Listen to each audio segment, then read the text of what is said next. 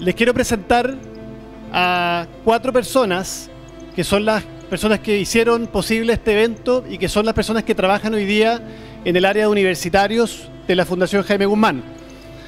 Esas personas son la Jesús Gulf, por favor adelante. Pueden aplaudirla también.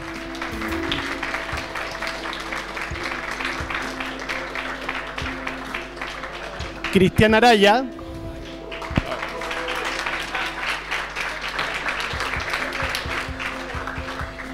Francisco Donoso, que está por allá, también, aplauso.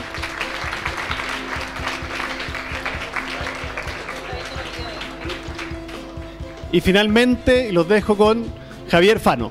Buenas tardes, quiero agradecerle que estén acompañando hoy día. Para nosotros esto es muy grato por 2 razones. La primera, porque van a escuchar a una persona que viene con un testimonio muy bueno, sobre todo en los momentos que nosotros como país estamos viviendo.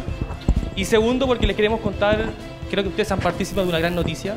Nosotros desde hace mucho estamos participando en un proyecto y les queremos contar de qué se trata. Así que los quiero invitar a ver un video muy cortito.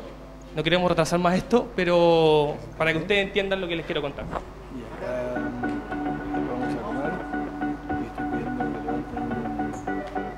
Cuando participé en el movimiento gremial de la Católica estábamos en una época de crisis y le dimos mucha vuelta a qué podía hacernos volver a ganar la federación y la respuesta fueron nuestras ideas.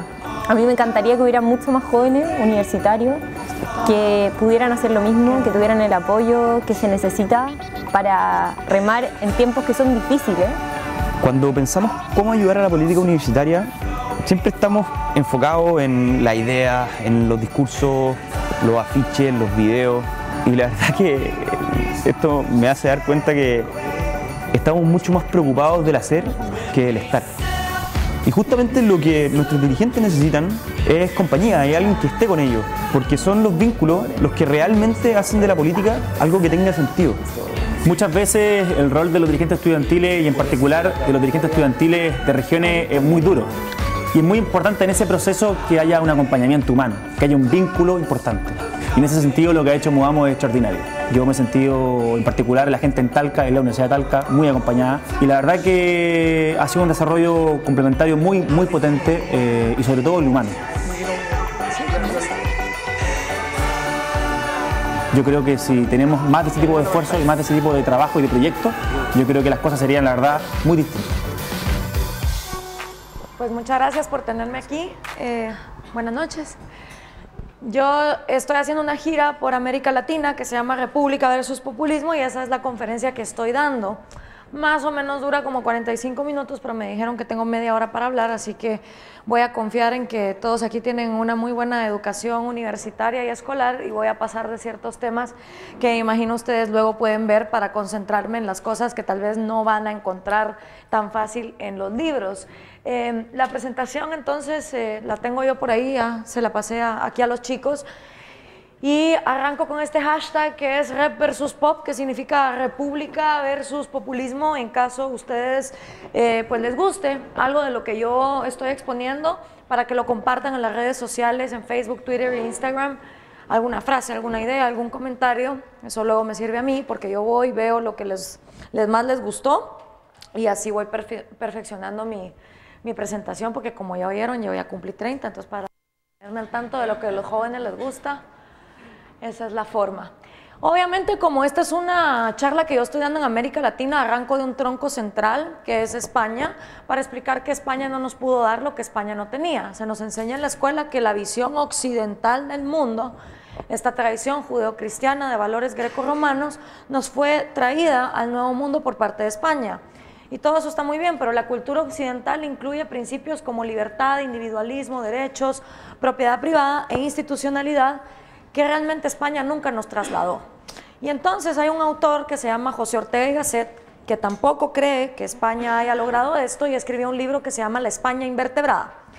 Y ahí él hace un recuento de la España del siglo XIV, siglo XV, para decir que España era un desastre de feudos, que estaban realmente compitiendo violentamente por el poder, que España era clasista, era elitista, era racista, donde no se respetaba ni la libertad ni el individualismo. No era una cultura occidental, pues, como la que se estaba ya desarrollando en Alemania o en Inglaterra o en otros países. Por lo tanto, vivimos abusos económicos, abusos sociales, abusos culturales por parte de nuestro conquistador. Luego hay otro autor que se llama Álvaro Vargas Llosa. Él escribió un libro que se llama Rumbo a la libertad para América Latina, ¿por qué la izquierda y el neoliberalismo siempre fracasan? Y entonces él descubrió que hay 5 principios de opresión que nos han tenido aplastados como latinoamericanos, y que estos 5 principios de opresión han estado presentes en América desde incluso antes que los españoles llegaran. Porque otro gran mito es que nos cuentan que incas, mayas y aztecas eran civilizaciones de paz que vivían bailando el cumbayá y que no tenían ningún problema, y no hay nada más lejos de esa realidad. Las civilizaciones precolombinas ya eran clasistas, ya eran elitistas y ya eran excluyentes. Por eso fue fácil para los españoles quitarlos a ellos y ponerse. Estos 5 principios son corporativismo, mercantilismo estatal, privilegio, transferencia de riqueza y ley politizada. De que tú te relacionas con el Estado de acuerdo al grupo al que perteneces. Como individuo tú no vales, vales dependiendo del grupo. Y entonces en América Latina surgieron gremios de industriales, gremios de artesanos, gremios de comerciantes, leyes para unos grupos y leyes para otros. Lo cual hizo que los derechos de propiedad privada fueran a discreción, y en país como el mío, los indígenas no tuvieran derecho a acumular propiedad privada hasta entrado el siglo XX, las mujeres fuéramos consideradas tan tontas que no podíamos votar. El segundo principio de opresión es el mercantilismo estatal. Yo no sé cuántos de ustedes aquí han escuchado que el azote de la desgracia de América Latina ha sido el capitalismo explotador inhumano que no quiere a los pobres. Yo lo he escuchado 1000 veces, pero realmente si uno se va a la definición de Carlos Marx o Adam Smith, uno se da cuenta que capitalismo significa libre mercado. ¿Libre de qué? De monopolios, de oligopolios, de privilegios, de aranceles, de proteccionismos, de concesiones dadas por el Estado para proteger a unos y no dejar a otros comerciar. Esa es la definición de capitalismo. Pero pregunto yo, ¿cuándo en América Latina hemos tenido libre mercado? Si yo quiero comerciar con Chile o poner aquí una cafetería, no les cuento la cantidad de trámites burocráticos y corrupción y soborno y papeleo que tengo que llenar para que me lo permitan. Si ustedes como chilenos quieren ir a poner un restaurante a Perú, misma cosa. Entonces en América Latina no hemos tenido libre mercado. Lo que hemos tenido se llama mercantilismo estatal, que es básicamente la noción de que vos, para poder existir económicamente, el Estado te tiene que avalar esa existencia económica. Y esto lo trajo España. España, todo lo que entraba y salía de las Indias lo controlaba en una oficina que quedaba en Sevilla, que se llamaba el Consejo de las Indias, y ahí se monopolizaba todo. Y además España le tenía prohibida la entrada al Nuevo Mundo a alemanes, gitanos, judíos, árabes, franceses, ingleses, y prácticamente todo el que no fuera español no podía venir al Nuevo Mundo. Con lo cual, lo que hemos tenido es eso, un monopolio dado por el Estado para hacer nuestra economía. Siguiente principio de opresión es el privilegio. En América Latina, los que hayan aquí estudiado Derecho sabrán que durante siglos hemos tenido códigos legales para diferentes tipos de personas. Códigos de leyes para indios, códigos de leyes para comerciantes, para nobles, para industriales. Con lo cual, en América Latina hemos tenido una obsesión por dividirnos por cosas absurdas, como nuestro color de piel, nuestra clase social, nuestro estatus. Y eso ha impedido que como latinoamericanos veamos la ley como un instrumento para todos ser iguales ante la ley, sino todo lo contrario. Usamos la ley para diferenciarnos los unos a los otros. El noble es diferente del cura, el cura del guerrero, el guerrero del artesano, el artesano del plebeyo y el plebeyo del esclavo. Y así estratificamos sociedades donde no todos tienen los mismos derechos. Luego, la transferencia de riqueza. Pensemos un segundo si la riqueza se crea o se transfiere. Porque todos los líderes en América Latina están obsesionados con pasar la riqueza de los que la producen a los que no la producen. Durante siglos, los que producían la riqueza eran los indios, los esclavos, las clases bajas, y se la transferían a los nobles porque ellos, pues por nacer en cuna de oro, tenían derecho a no trabajar y vivir bien. Lo que ahora proponen los populistas es no, hay que transferir la riqueza de los que la producen a los que no están produciendo nada. Y yo no creo que la riqueza se transfiera ni de arriba para abajo ni de abajo para arriba. Yo creo que la riqueza se crea con la mente humana. ¿Por qué? Pensemos en el planeta Tierra un segundo. Esta pelota azul que ha estado 4.5 mil millones de años flotando en el espacio sideral. Desde hace 4.5 mil millones de años la pelota azul ha tenido la misma cantidad de agua, de tierra, de recursos naturales y de minerales. Sin embargo, un día surge la especie humana y los cavernícolas solo tenían fuego y cavernas. Y hoy el hombre moderno tiene luces, cámaras, PowerPoint, clickers, sonido, fundaciones, ciudades. ¿Qué ha hecho que el ser humano hoy tenga cosas que el cavernícola no tenía? El único recurso inagotable que existe en este planeta, que es la mente humana. La mente humana es el único recurso capaz de transformar lo que ya existía en algo que no existía. J.K. Rowling, muriéndose de hambre con el welfare state inglés, escribe un pequeño libro que se llama Harry Potter y hoy por hoy es más rica que la reina de Inglaterra. Mark Zuckerberg quería ver quiénes eran las chicas más guapas de Harvard y se inventa la red social más grande del mundo llamada Facebook. Steve Jobs tuvo la brillante idea de juntar dos cosas, como celular e internet, y murió como un genio. Los ejemplos son vastos de que la riqueza se crea con la cabeza, pero en América Latina seguimos necios con que la riqueza se tiene que transferir.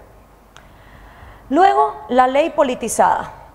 Los que hayan aquí estudiado Derecho sabrán que en América Latina hay dos vertientes, mejor dicho en el mundo occidental, dos vertientes de derecho. La primera, el common law inglés, la segunda, el positivismo francés. El common law inglés básicamente confía en que el juez es un tipo racional capaz de llegar a una conclusión cada vez que tiene un caso frente a él. El positivismo francés no. El positivismo francés asume que el juez es un poquito tarado y que entonces la ley es la ley sin importar lo que la ley diga.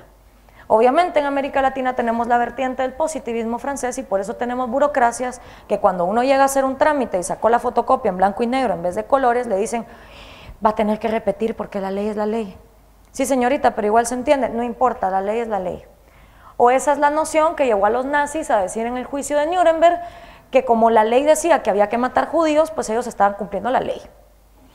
Ese tipo de proceso hace que moral y ley se separen y ya no pensemos si las leyes son morales. Cuando nos volvimos repúblicas no pasó absolutamente nada, los 5 principios de opresión continuaron, seguimos aliados a lo que la corona española nos había dejado y por eso nacimos como repúblicas que realmente estaban destinadas a nunca nacer en la realidad, sino solo vivir en el papel. Y si la ley no está para dar privilegios a unos por encima de los otros, ¿para qué está la ley? Pues hay un autor que a mí me gusta muchísimo, se llama Federico Bastiat, él escribió un libro que se llama La Ley y precisamente dice que la ley no tiene por misión regir nuestras conciencias, ideas, voluntades, instrucción, sentimientos, intercambios, dones o placeres. No, la ley no está para decirle a cada quien todas esas cosas. La ley está para que en esos actos, lo que unos hagan, no interrumpan lo que otros quieren hacer. O como dijeron los Beatles, live and let live. La ley, dice Bastiat, se ha pervertido, y esto es Francia en 1850, pero aplica para Latinoamérica hoy. La ley se ha pervertido bajo la influencia de dos fuerzas radicalmente opuestas. La primera, el egoísmo falto de inteligencia, y la segunda, la falsa filantropía. Hay una verdad a la que todo ser humano tiene que llegar a concluir si quiere vivir en paz. Y esa verdad, mis queridos amigos, es que todos somos egoístas. Todos y cada uno de los 7.000 millones de seres humanos que habitan este planeta son egoístas, tienen sus propios intereses, sus propias motivaciones y su propia razón de querer seguir vivos. ¿Por qué? Porque no solo somos humanos, sino que además estamos vivos. Y todo lo que está vivo es egoísta. Jirafas, mariposas, pececitos, animales, gatos, perros, dinosaurios y todo lo que ha estado vivo, por alguna razón quiere seguir vivo. La vida quiere seguir viva. Y por eso el hombre busca refugio, buscó cazar, buscó usar su mente para cambiar sus condiciones. ¿Para qué queremos seguir vivos? No sé. ¿Para que vengan un día los aliens a traernos? No sé. Pero por alguna razón la vida quiere continuar con vida. Y eso nos lleva a ser egoístas. Ahora, hay dos tipos de egoístas. Está el egoísta racional y está el egoísta falto de inteligencia o egoísta irracional. La diferencia básica es que el egoísta racional comprende que su vida, su propiedad privada y su libertad tienen tanto derecho de existir como la vida, la libertad y la propiedad privada del resto de 7.000 millones de mortales que habitan esta tierra. El egoísta irracional o falto de inteligencia, no. Para él su vida, su propiedad privada y su libertad están por encima de la de los demás y por lo tanto puede asesinar, extorsionar, robar, manipular y corromper o jugar con el dinero del pueblo para construir empresas propias. Los políticos somos egoístas. No es como que cuando estamos cursando la carrera nos inyecte una enfermera y nos saque el gen egoísta y nos diga, listo, ya usted puede ir a hacer política, ya no tiene intereses personales. No. Pero como políticos también podemos decidir si vamos a ser egoístas racionales o si vamos a ser egoístas irracionales. Y lo que le falta a América Latina es egoístas inteligentes, que se den cuenta que el dinero que le están robando a hoy al pueblo es la violencia de mañana, que va a hacer que a su hija la violen sexualmente, que secuestren a su hijo o que asesinen a su mujer. Los robos de hoy son la violencia del mañana en cualquier sociedad. Entonces mi interés egoísta es que yo vivo en un país que es precioso. Guatemala es divino, paraíso tropical con una riqueza natural, con una historia, una cultura, una cosa hermosa. Pero desgraciadamente no puedes salir a la calle sin pasar 3 cuadras y que un tipo te ponga una pistola y te pida el celular. Vivimos rodeados de narcos, ahí fue donde asesinaron a Facundo Cabral, tenemos maras, tenemos pandillas, tenemos jóvenes sin autoestima, violencia intrafamiliar, desnutrición y una serie de problemas que yo digo, ¿para qué llegar a ser político y robarle a un pueblo tan miserable e ignorante? No, mejor hacer política, poner instituciones y que toda la gente en Guatemala se enriquezca con plata, con ellos propios saliendo adelante y entonces yo también me puedo enriquecer. Esa es otra opción que tiene el político. Y lo otro es la falsa filantropía.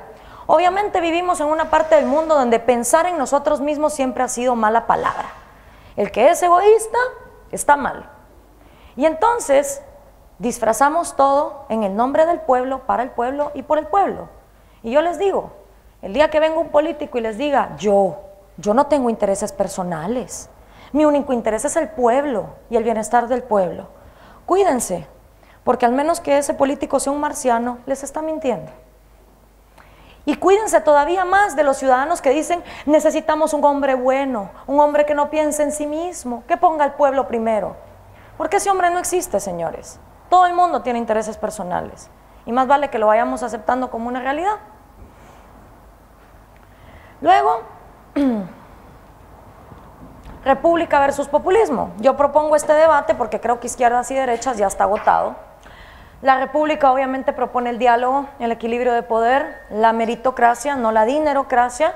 Yo soy mujer, pero estoy en contra de la cuota para mujeres, para indígenas, para jóvenes y para cualquier otra minoría. ¿Por qué? Porque para mí el hecho de que tú tengas cierto aparato reproductor o cierta edad o cierto color de piel no me garantiza para nada si vas a ser buen funcionario público. Yo lo que quiero saber es qué tiene la gente en la cabeza a la hora de elegirlo para un cargo público. Vida, libertad y propiedad como los 3 derechos fundamentales de cada ser humano y el individuo como la minoría más pequeña. Luego está el populismo. El populismo no se ocupa de la racionalidad. La manipulación es su bandera. El humillar, el insultar, el tener troles o perfiles falsos en Facebook y en Twitter que le estén haciendo la vida imposible a cualquiera que se levante en nombre del sentido común. Hugo Chávez, que hablan en forma de pajaritos según Nicolás Maduro y discursos que se vuelven muy populares aunque tengan cero lógica. Corrupción permitida y cero institucionalidad.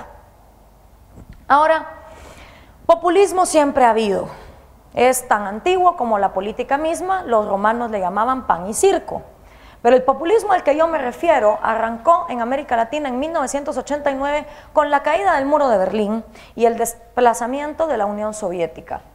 Tal vez muchos de ustedes ni siquiera habían nacido en el 89, pero sabrán que el mundo estaba partido en 2 y nadie sabía si íbamos a ser capitalistas o comunistas. Cuando sucumbe la Unión Soviética suceden 2 cosas en América Latina. La primera, guerrillas marxistas, partidos comunistas, asociaciones civiles estudiantiles de izquierda y cualquier movimiento de esta ideología se queda sin plata, se queda sin dinero, se cerró el chorro de la Unión Soviética, ¿cómo le vamos a hacer? Y no solo eso, se acabaron las dictaduras. La mayoría de países en los 90 entró a la era democrática, ya no teníamos dictaduras, entonces las guerrillas se quedaron como, bueno, ¿y ahora a quién le pongo las bombas? ¿A quién secuestro? Si ya no tengo a quién. Entonces, confundidos de cómo llegar al poder, toman todos un avión, se van a Sao Paulo y celebran lo que se llamó el Foro de Sao Paulo. Y ahí viene la izquierda latinoamericana y se da cuenta que ahora para llegar al poder van a tener que jugar un nuevo juego que ellos antes desconocían. Ese juego se llama la democracia. Y entonces en la democracia lo que hay que hacer es tener votos. Y entonces, como las ideas izquierdistas habían colapsado por evidentes razones económicas, había que ver cómo manipular al pueblo. Y ahí fue donde el populismo vino a ser la cereza del pastel. El segundo suceso que ocurre en América Latina con la caída del muro de Berlín es estos nuevos líderes de derecha que fueron elegidos en diferentes países toman otro avión, pero estos se van a Washington, D.C. Les recuerdo que en 1989 fue el triunfo del capitalismo. Margaret Thatcher y Ronald Reagan eran los chicos de la cuadra que todo el mundo quería seguir y el capitalismo había triunfado. Yeah. Se fueron entonces a D.C. y celebraron una cosa que se llamó el Consenso de Washington. Y en el Consenso de Washington todos los presidentes de derecha levantaron la mano y juraron a la altura del hombro que cuando regresaran a sus países iban a privatizar y liberalizar los mercados que habían sido estatizados porque una cosa que se llamaba la CEPAL nos había dicho que debíamos sustituir importaciones. Entonces regresaron a sus países y si bien privatizaron, agarraron hidroeléctricas, ferrovías, aerolíneas, telefónicas y todo tipo de industrias estatales y las privatizaron, pero no las liberaron. No volvieron accionistas a los trabajadores de estas compañías, no liberalizaron el mercado para que cualquiera en cualquier parte del mundo pudiera venir a ofrecer esos servicios. En su lugar lo privatizaron en monopolios que le dieron a sus cuñados, hermanos, primos, allegados políticos, colegas y amigos de la infancia. Pero en el imaginario del latinoamericano, que nunca entiende su historia porque constantemente lo está aplastando antes de que él procese lo que está pasando, el capitalismo fracasó, el neoliberalismo es una miércoles, eso no funciona, ¿no? Y entonces un día en el 98 se levanta Hugo Chávez y dice, ¿ya vieron? El imperialismo yanqui, capitalista, explotador, eso no funciona. Y detrás de él siguieron Rafael Correa, Evo Morales, Daniel Ortega, ahora Dilma Rousseff y Cristina Kirchner le están haciendo ahí la competencia. No sabemos si Bachelet se va a unir al barco o no. Y Fidel Castro súper feliz, porque al fin tuvo a quien pasarle la estafeta del comunismo para ver que otro país cayera en desgracia, entonces todos felices. Lo peor del caso es que las derechas latinoamericanas vieron cómo a la izquierda le funcionaba ser populista y dijeron, ve qué bonito. Y entonces ellos también se volvieron populistas. Y ahora lo que tenemos es partidos de derecha, partidos de izquierda, partidos sin ideología, todos compitiendo para ver quién es el más grande de los Santa Clauses y quién es el que más regala con dinero que no le corresponde. La República concibe que tus tres derechos son vida, libertad y propiedad porque básicamente naces con ellos. La vida porque desde que naces estás vivo, tenés derecho a que nadie te mate. La propiedad privada, que yo la califico como las primeras dos, tu cuerpo y tu mente. Y piénsenlo así, su cuerpo es su vehículo para transitar en esto que se llama la vida. Si no tuvieran cuerpo, nacerían de su madre y serían una plasta morfa que no tiene ojos para absorber la realidad, que no tiene oídos para escuchar la realidad, que no tiene boca para expresar los pensamientos de esa realidad. No tendrían manos, no tendrían pies, no tendrían cómo moverse en este camino de la vida. Su cuerpo es su vehículo y es su primera propiedad privada porque ustedes deciden qué hacen con él. Ustedes deciden si lo engordan, lo ejercitan, lo adelgazan, le meten alcohol, le meten buena comida o le meten mala comida. Ese es su problema. Y su segunda propiedad privada es su mente. Su mente es como un software, ¿sí? El día que ustedes nacen, su mente hace pling y se prende. Y desde ese día en adelante ustedes empiezan a recolectar conversaciones, libros, tristezas, alegrías, recuerdos, anécdotas, palabras, películas. Y el día que se mueren, ese software mental hace shutdown y se apaga. Su mente es el único lugar donde cada uno de ustedes es libre y ustedes asimismo como con su cuerpo deciden qué información le meten, qué información le sacan, con quién se asocian, con quién no se asocian y qué tanto lo expanden. Con esas dos propiedades privadas, todos y cada uno de ustedes pueden tener cualquier otra propiedad que les dé la gana, pero primero esas dos. Y por último la libertad, porque de nada te sirve nacer vivo con cuerpo y con mente si te ponen una cadena con una pelota de hierro y no te puedes mover, no te puedes expresar, no puedes trabajar. Lo maravilloso de estos tres derechos es que existen en cada uno de ustedes sin que afecte a los demás.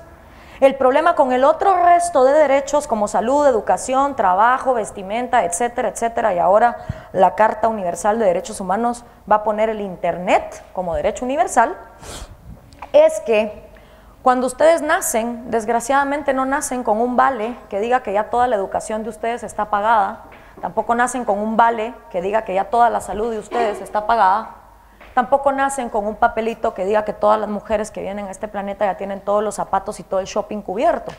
No.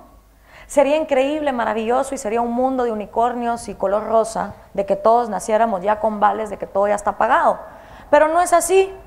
La realidad de las cosas es que las cosas cuestan producirlas porque no nacen de la naturaleza. Y la mejor forma que hemos encontrado de que la gente produzca las cosas es incentivándola. Y la forma más eficiente que hemos encontrado de incentivar a la gente es dándoles plata. Porque el dinero es emancipación. Y cada quien decide lo que hace con su pago. Si se lo emborracha, si lo ahorra, si lo invierte, si lo gasta, si lo pierde, lo que quiera hacer. No será una forma perfecta, pero no hemos conseguido una mejor. Los griegos también se dieron cuenta que era necesario un equilibrio en los tres poderes del Estado, porque cuando te gobierna uno se vuelve un dictador, cuando te gobierna un grupo se vuelve una oligarquía y cuando te gobiernan todos se vuelve una demagogia. Entonces su respuesta fue la república. La república obviamente divide a los tres poderes y hace que cada uno se limite con el anterior y el Congreso sea un impasse de hasta aquí a lo que el presidente puede y no puede hacer. El Congreso debe estar dividido idealmente en dos cámaras, un Senado, donde estén representados los Sheldon Coopers, los Stephen Hawking, los filósofos y geeks de la nación, y una casa de los comunes, donde esté representado el trabajador, el obrero, el artista, el artesano, el maestro. El objetivo de un Congreso es que estos dos grupos estén en constante debate y diálogo para ponerle un hasta aquí al presidente. Esto funciona solo si hay democracia, si todo el mundo puede decidir quién va a estar ahí. Una república sin democracia es una tiranía de las oligarquías y una democracia sin república es una tiranía demagógica. Entonces se necesitan la una a la otra y un organismo judicial capaz de castigar tanto al gobierno cuando se porta mal como a la sociedad. 3 repúblicas ha concebido este mundo. La primera, la romana. La segunda, la de Estados Unidos. Ojo, estoy hablando del Estados Unidos de los Founding Fathers, 1776. No estoy hablando del Estados Unidos Obamacare 2015, 18 trillones de deuda interna. No. Son 2 Estados Unidos muy diferentes. Y la tercera, la República de Star Wars. Las 3 sucumbieron ante el imperio. Imperios que dicen, no, necesitamos tener un Death Star o un gran gobierno federal o un gran imperio romano que acabe con todo eso. Entonces ahí les pongo a Julio César, Obama y Darth Vader. ¿Y por qué el populismo es el antítesis de la república? Bueno, el populista basa su dicotomía en pueblo y antipueblo, ¿sí? El pueblo representa el sumum de todas las virtudes de la sociedad.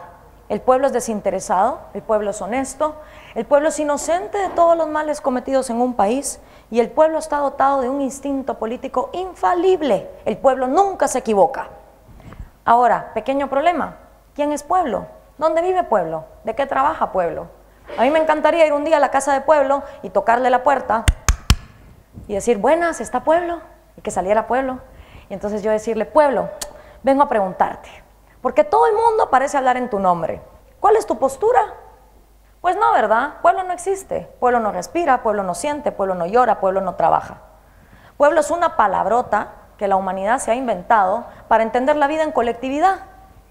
Pero lo que habemos somos individuos. Sin embargo, el populista es necio en dividirnos en pueblo y luego viene el antipueblo. El antipueblo es la causa de todos los males habidos y por haber en una sociedad, incluidas bombas nucleares, terremotos y maremotos, o cánceres de Hugo Chávez, como decían que los yanquis habían sido los que lo habían inoculado. Puede tomar cuerpos internos, externos o anteriores. Casi siempre el populista tiene 3 enemigos: el anterior, el dictador militar; el interno, el empresario; y el externo, los yanquis.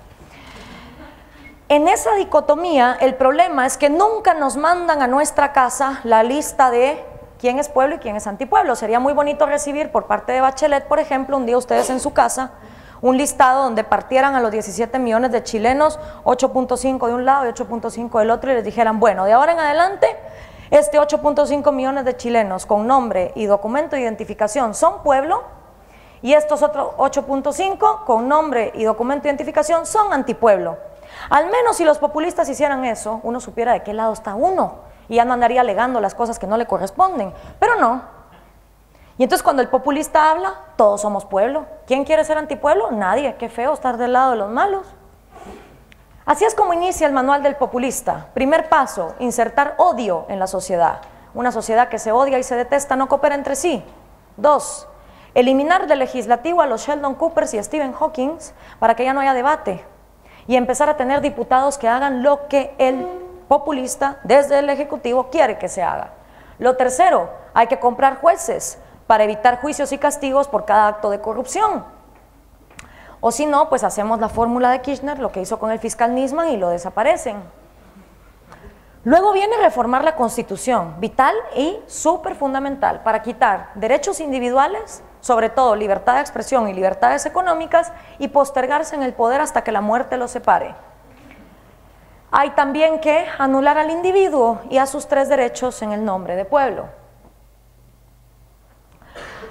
Por último, pues como estoy en Latinoamérica y estamos en continente futbolero, yo doy una como comparación de que la República concibe al gobierno como un árbitro de fútbol. Imaginemos que estamos en el estadio y los ciudadanos son los jugadores en la cancha, que están jugando al juego de la vida, donde cada uno está ejerciendo sus 3 derechos, vida, libertad y propiedad.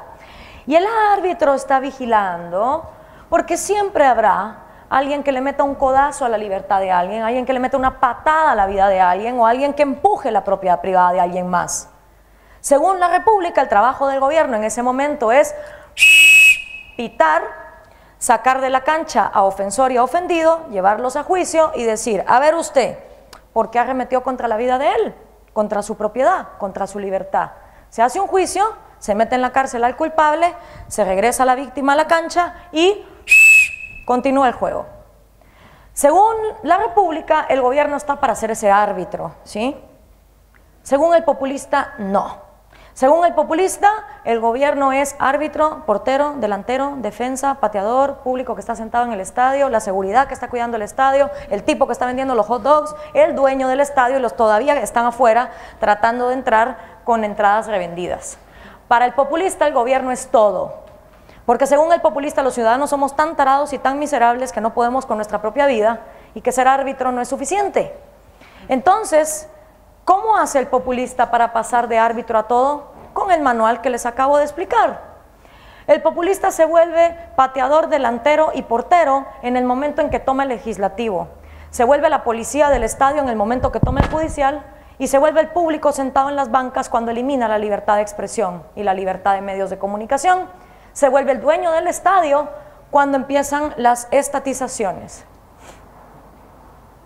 La gasolina del populismo obviamente es la corrupción. Necesitas tener desórdenes financieros, escándalos de corrupción por todos lados para poder mantener estos problemas sociales que no están sacando a nadie de la pobreza. ¿Y qué hay de las minorías? ¿Y por qué yo digo que la minoría más pequeña es el individuo? Bueno, pues un día para tratar de ejemplificar que la minoría más pequeña es el individuo y que no se vale aplastarlo en nombre del pueblo, me puse a pensar en el cubo de Rubik y entonces me inventé el Republics Cubo. Y el Republics Cubo está para explicar que todos somos minoría.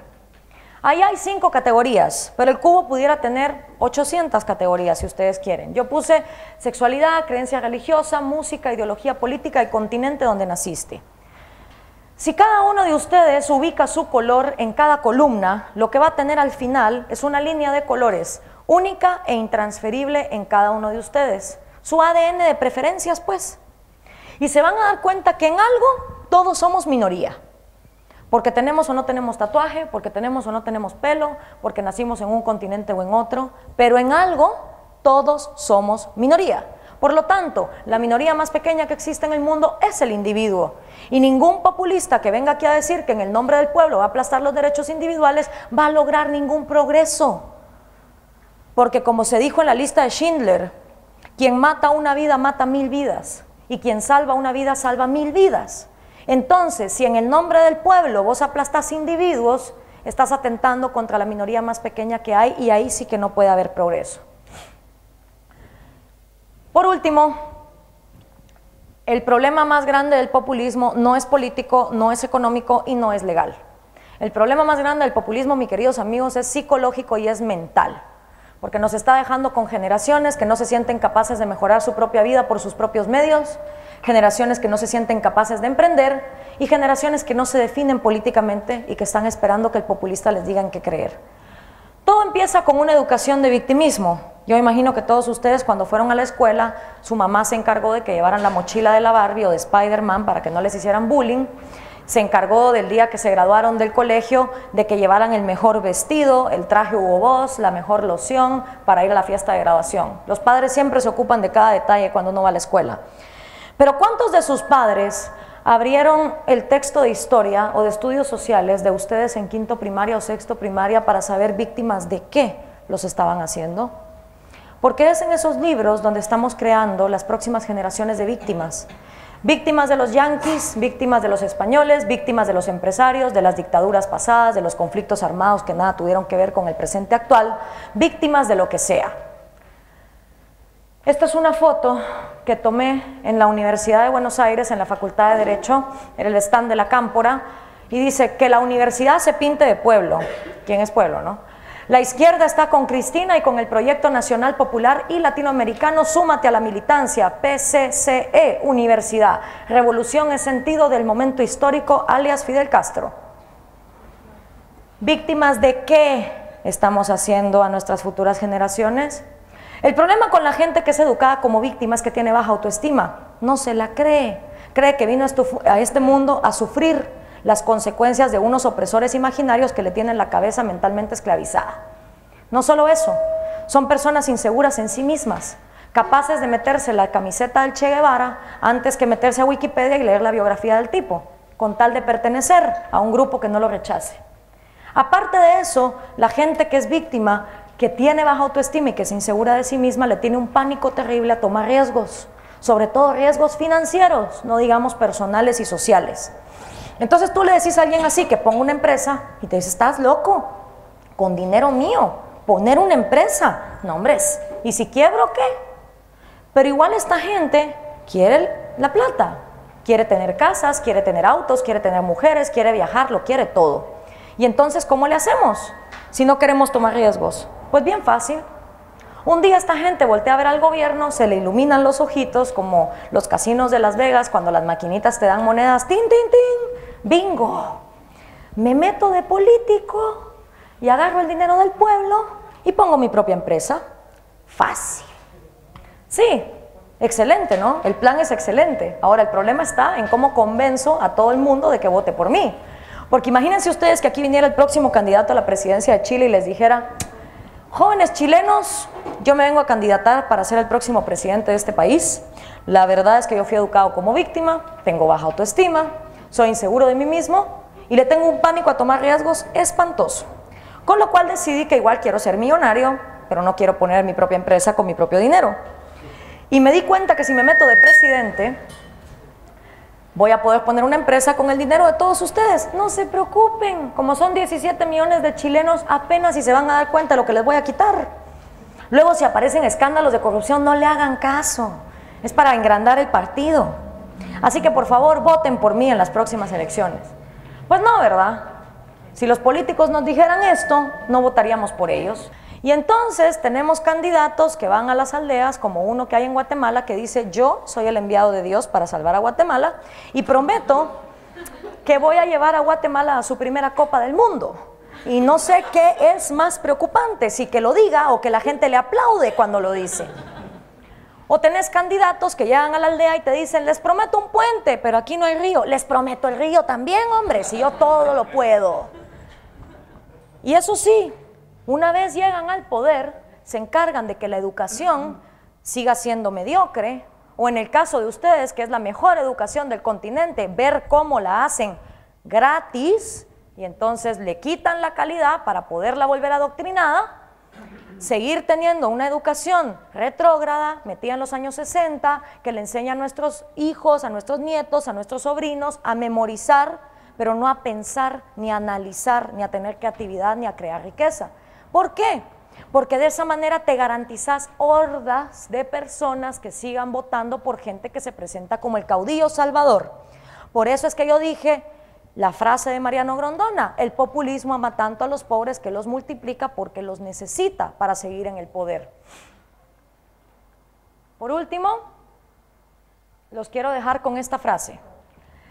Sí es posible construir la república soñada, solo cuando al fin rompamos los complejos de inferioridad que hasta ahora nos han mantenido atados a proyectos políticos mediocres.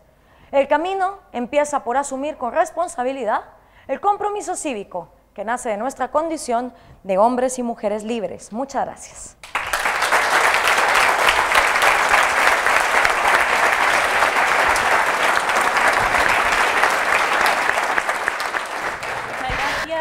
Gloria, por tu presentación. Gracias.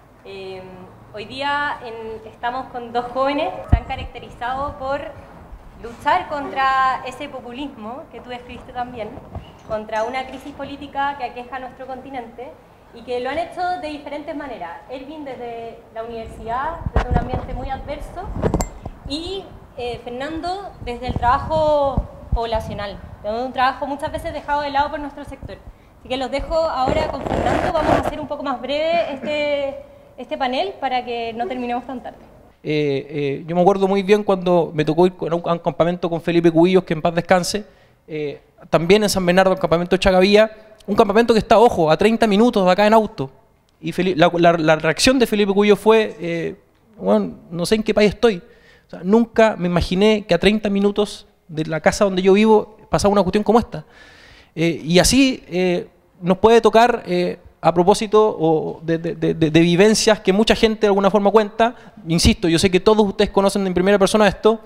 El trabajo que nosotros hacemos en terreno justamente persigue aquello, que ustedes vivencien cuál es justamente esa fractura.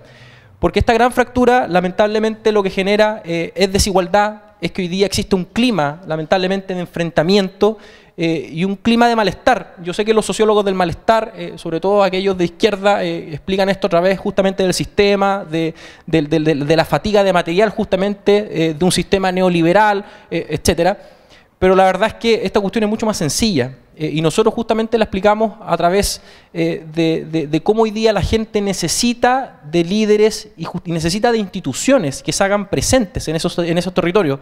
El grave problema justamente de poblaciones como La Pincoya, La Hormía, el Castillo, La Pintana, Santa Ana, San Bernardo, y también de sectores rurales aislados y de muchos territorios, y sobre todo las regiones, es que justamente el Estado hoy día no está presente. Hay una ausencia formal del Estado y de las estructuras y de servicios públicos que de alguna forma existen para servir y que hoy día sencillamente no están. Ahí en ese video hay un testimonio de una familiar de Matías, de este niño asesinado, que relataba cómo Carabineros, cuando existen balas o cuando existen balaceras o muere alguien en esa población, Carabineros ni siquiera se hace presente, no llegan. Entonces, ¿cómo hoy día nosotros le pedimos a esa gente que tenga confianza en el Estado o en la clase política si ni siquiera Carabinero es capaz de ir a hacer una vuelta cuando alguien muere? Por lo tanto, acá nosotros, insisto, hemos detectado una cuestión que nosotros no estamos inventando la rueda con esto, pero nuestro llamado de alguna forma es que las urgencias sociales, que por así decirlo son a nivel cuántico, todos los problemas que aquejan hoy día a millones y millones de chilenos en sus territorios y en sus sectores, hoy día están justamente alimentando este malestar generalizado. Y este malestar hoy día no tiene un correlato, no tiene un cable a tierra con lo que están hablando los políticos. Y aquí es donde yo termino y hago el llamado. O sea, este relato, esta solución, o más que la solución es al final el testimonio que nosotros tenemos que entregar justamente para salir de esta crisis, es que la clase política y en especial ojalá las ideas de la libertad que cada uno de ustedes representa en sus propios sectores, en sus propios, en sus universidades, en sus trabajos, etcétera, que ojalá nosotros tengamos un relato coherente para salir de esta crisis. O sea, no podemos bailar el baile de la Asamblea Constituyente, no podemos tampoco colgarnos gratuitamente de esta idea del señor Jorge Correa Sutil de que hay que adelantar las elecciones parlamentarias, porque lo que va a producir adelantar las elecciones parlamentarias es justamente que la presidenta quede sola tomando decisiones, y eso es lo que busca cualquier populista. Achacarle la responsabilidad al Parlamento de una cuestión que hoy día es fundamentalmente culpa del Estado en su conjunto, del Estado y de las instituciones del Estado. Por lo tanto, nuestro llamado es que de aquí hacia adelante nosotros nos hagamos cargo. Nosotros tenemos admisiones abiertas todo el año. Aquí la idea es que cada uno pueda participar, plegarse, sumarse a trabajar por una cuestión que hoy día, insisto, está votada. La gente no solamente no siente afección o cercanía con los políticos, es una cuestión mucho más grave y es lo que dije. Hoy día hay un divorcio entre lo que la gente necesita y lamentablemente quienes están hoy día tomando decisiones y ese divorcio es responsabilidad del Estado. El Estado existe para eso, para justamente servir a la gente, no para servirse. Y es justamente esta crisis de corrupción hoy día lo que devela es que la gente que ha estado tomando decisiones se está sirviendo del Estado. Y esa al final es la mayor bronca de la gente, porque sabe que además de no tener servicios básicos, de que no llegan carabineros, además ven que su clase política o su clase dirigencial de alguna forma se sirve. Y eso es lo que obviamente aumenta el malestar y agudiza justamente esta sensación de crisis. Por lo tanto, el llamado acá es súper básico, es súper simple. Construyamos un relato desde la gente. Yo soy súper fan de hecho, estoy estudiando un magíster en filosofía, pero por favor, olvídense de construir esta cuestión desde Platón o desde el Gorgias o desde un diálogo platónico. Esta cuestión se construye con terreno, con calle. Hay que enfrentarse justamente hoy día a la trinchera de la población para que la señora justamente entienda eso, de que hoy día lo más importante es que ella puede elegir su futuro. Y eso es lo que nosotros tenemos que de alguna forma hacerle entender a la gente. Pero sobre todo despertar esa ambición por conquistar sueños, por arriesgar, por jugársela. La autodeterminación. Para mí es una palabra clave, porque la izquierda habla mucho de la autodeterminación de los pueblos. Yo digo que acá lo importante es hablar de la autodeterminación de la persona. Mientras la persona aprenda a quererse, a valorarse, a soñar con un mejor futuro, esta cuestión, lo que Gloria presentó, el día de mañana no va a ser ningún riesgo. Si Chile aprende de que en definitiva es acá la persona el centro de la política pública y es el centro del debate político, nosotros vamos a avanzar un pasito y vamos a ir conquistando corazones, como decía aquí el señor Guzmán. Así que ese es más o menos la invitación. Nosotros tenemos un diagnóstico que puede parecer muy simple, pero la verdad es que nosotros hemos constatado que esto sí tiene asidero y sí obviamente responde justamente a la crisis y a la problemática actual. Así que la invitación está hecha. A la salida, quien quiera acercarse ahí a este buen mozo moreno que está ahí, le puede dar el mail o el celular, pero obviamente todos invitados para seguir trabajando por este sueño colectivo, como nosotros le decimos. Así que gracias a la Fundación Jaime Guzmán por la invitación y gracias a ustedes. Hola, ¿qué tal? Quisiera en primer lugar agradecer a la Fundación Jaime Guzmán, que la siento como mi casa, por esta invitación, en particular a Sebastián Figueroa y a todo el equipo de Movamos, estas 4 personas que están haciendo este esfuerzo no solamente en Santiago, sino que en todo el país. Es para mí un honor. Bueno, para los que no me conocen, soy Erwin Castillo, soy de Talca, soy estudiante de Derecho de 4º año, ya me tocó ser vicepresidente de la Federación de Estudiantes y en este momento estamos lanzando una candidatura de que le habla para ser presidente de la federación, para acompañar también a algunas federaciones que hoy día han podido llegar a la Confech. Después... Muchas gracias. La verdad que también un honor poder estar y compartir mesa con Gloria, que nos ha, creo que, deleitado con una gran charla, y también con un amigo de muchas luchas como Fernando Peña. Respecto a un poco a lo que decía Gloria, si bien es cierto, considero que es una cuestión muy relevante, que efectivamente en Latinoamérica el populismo se está dando con mucha fuerza. Esto lo voy a decir antes de llegar al tema universitario, que es lo que me han invitado, pero me gusta un poco también abordar eso. Creo que efectivamente en Latinoamérica hay un problema con el populismo. Es evidente ver a gobiernos como el gobierno argentino, como el gobierno de Venezuela, como el gobierno de Bolivia a veces, etcétera. Y en Chile, que tenemos, por ejemplo, a senadores que andan en motos de nieve, como Alejandro Navarro. Pero incluso más allá de ese punto, creo que en Chile no está hoy día tan materializado el tema del populismo como un problema de Estado. Es un poco más seria la política en Chile, aun cuando efectivamente hay que revisar lo que ocurra en torno a los casos también de corrupción y todo eso, que acá todos estamos en esa onda, pero efectivamente creo que hay que dejar bien en claro que en nuestro país algo de seriedad nos queda. Dicho eso, bueno, la verdad que lo que tiene que ver con la dirigencia universitaria es una cuestión bastante difícil, porque para quienes defendemos las ideas de la libertad y la dignidad humana, estamos un poco como la tabla del descenso, lo que es la Confech. Ustedes van a ver que vamos a tener una federación gremialista, yo también, que soy gremialista y espero tener la segunda federación en este caso. Tenemos una federación en la Adolfo Ibáñez que es más bien liberal, pero que, bueno, yo por lo menos tengo algunas diferencias con ese tipo de liberalismo, pero en general también es más ligado a nuestras ideas. Y fuera de eso, paremos de contar un poco. Yo creo que tenemos bastante pocas experiencias más en el sector nuestro. Y la verdad que cuando uno está en la Confech, y esto se lo digo porque yo estaba hoy incluso en Copiapó, me tocó salir arrancando porque había unos gallos bien simpáticos que me querían saludar.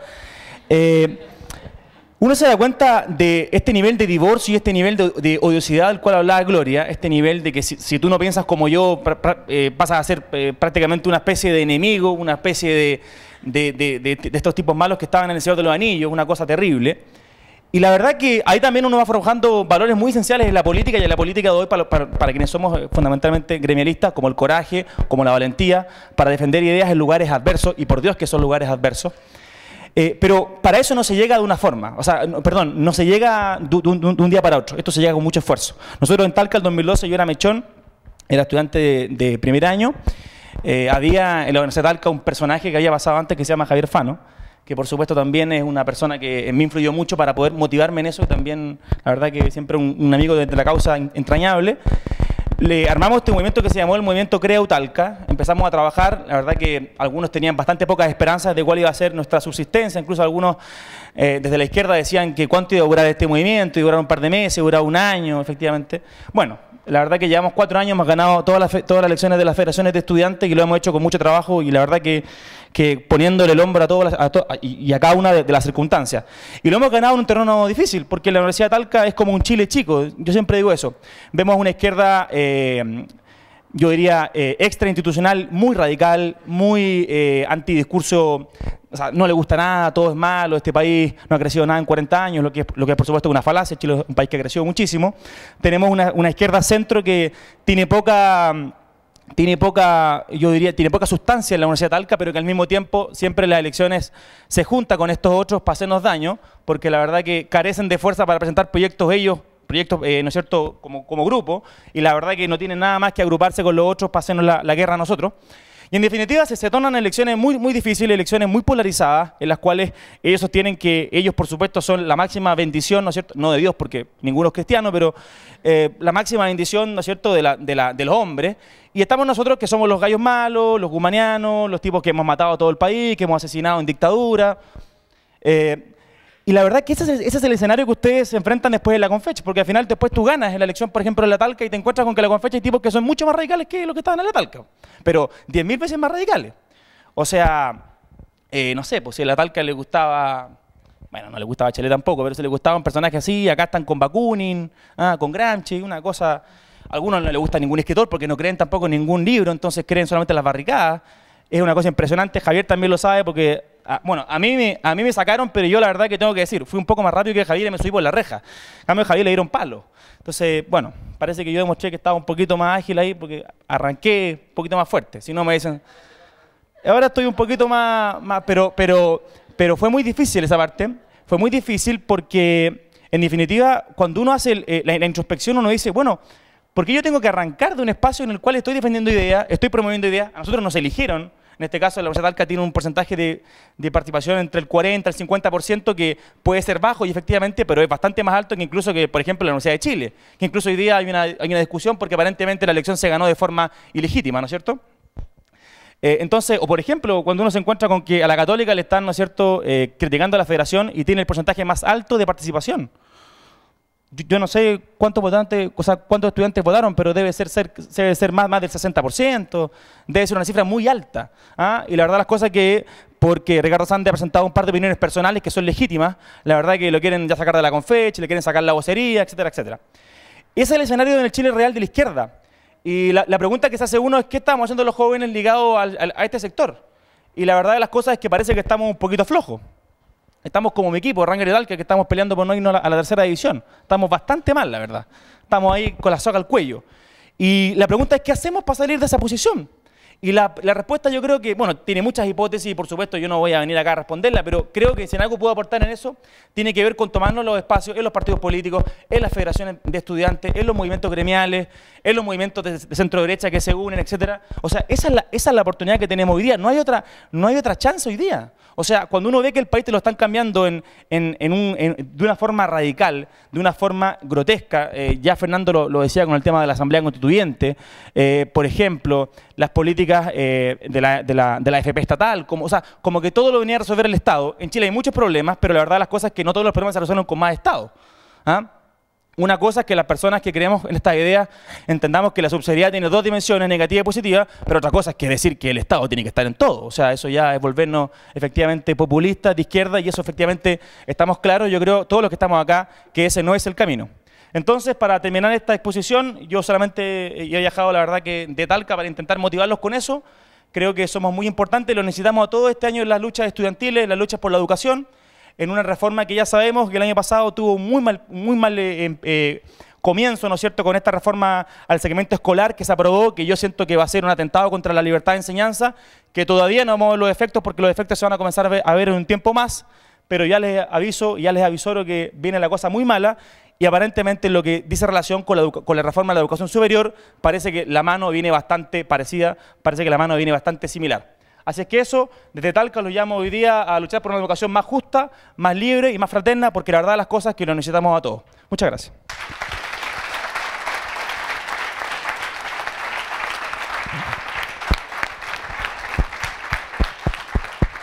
Bueno, quiero agradecerle a los tres por estar aquí hoy día.